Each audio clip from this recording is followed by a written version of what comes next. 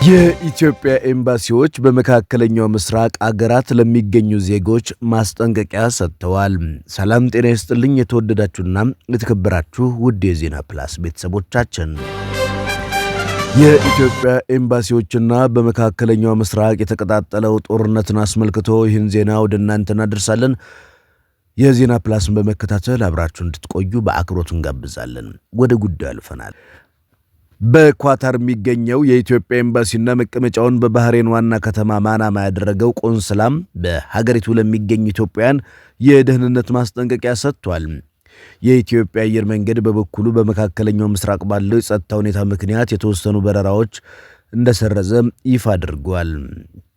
የበረራው ስረዛ የተደረገውና የደህንነት ማስጠንቀቂያ የተሰራጨው እስራኤልና ዩናይትድ ስቴትስ ከትላንትና ረፋድ ጀምሮ በኢራን ላይ ወታደራዊ ጥቃት ከጀመሩ በኋላ ነው።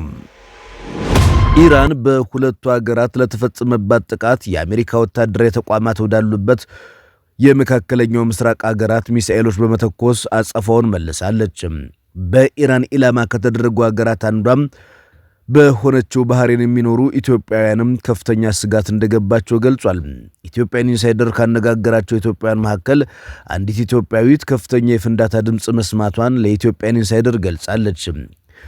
ጥቃት ስለተፈጸመበት ቦታም የምታውቀው ነገር እንደሌለ የተናገረችው በባህሬን ዋና ከተማ ማናማ በቤት ሰራተኝነት ተቀጥራ በመስራት ላይ የምትገኘው ይህች ኢትዮጵያዊት በሁኔታው ፍርሃት እንዳደረባት አስረድታለች።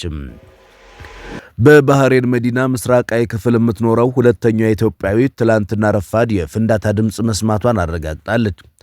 በከተማው የሚገኙ ኢትዮጵያውያን ዘንድ የደህንነት ስጋት እንዳለም ገልጻለች። በማናማ የሚገኘው የኢትዮጵያ ቆንስላ ጀነራል ጽሕፈት ቤትም ትላንትና ከሰዓት በፌስቡክ ገጹም አስቸኳይ የደህንነት መመሪያም በአገሪቱ ላሉ ኢትዮጵያውያን ትውልደ ኢትዮጵያውያን አሰራጭቷል።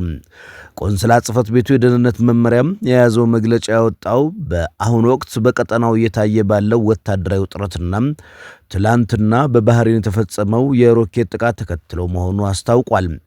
በባህሬን የሚገኙ ዜጎች በአካባቢው መገናኛ ብዙሃን የሚወጡ ይፋዊ መግለጫዎች፣ ዜናዎችን በንቃት እንዲከታተሉ ኤምባሲው አሳስቧል።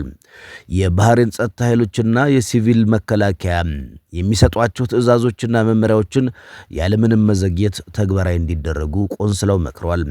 በባህሬን የሚገኙ ኢትዮጵያውያን አስፈላጊ ካልሆነ በስተቀር እንቅስቃሴ እንዲቀንሱ፣ ሁከትና ግጭት ሊኖርባቸው ከሚችሉ አካባቢዎች እንዲርቁ አስጠንቅቋል።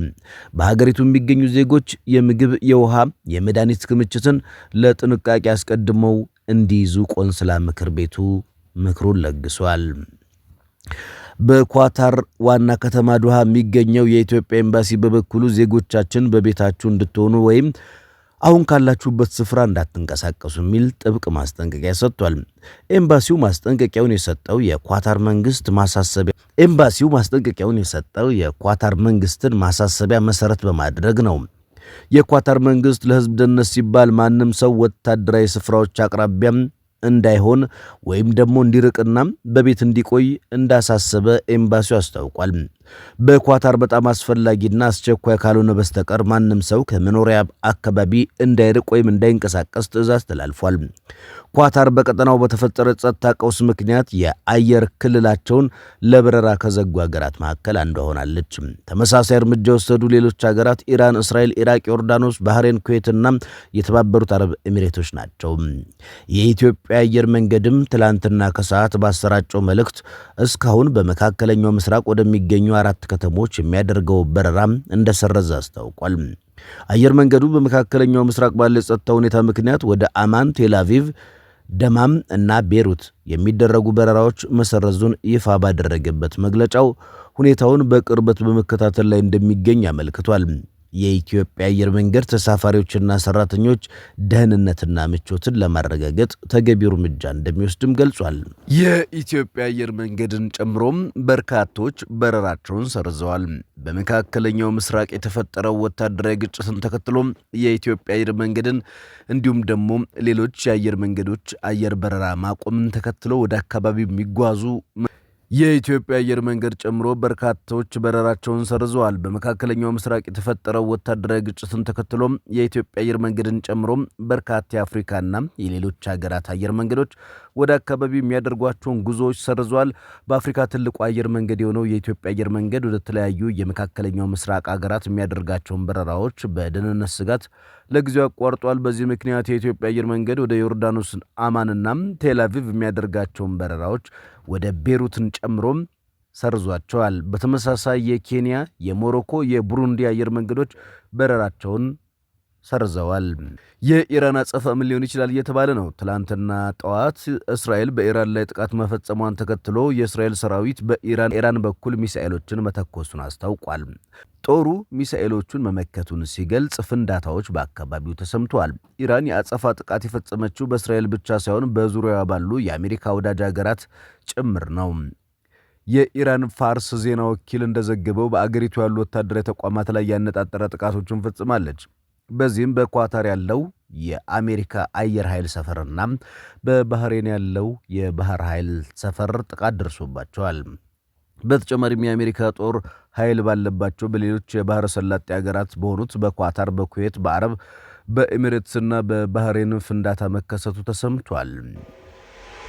ከዚህም ባሻገር ኢራን ራሷን ለመከላከል ያላትን አቅም ሁሉ እንደምትጠቀም አስታውቃለች። በአካባቢው ያለው ውጥረት ነግሷል። የአሜሪካ ጦር በመካከለኛው ምስራቅ፣ የአሜሪካ ጦር በፋርስ ባህረ ሰላጤ እንቅስቃሴ ማድረጉን ቀጥሏል።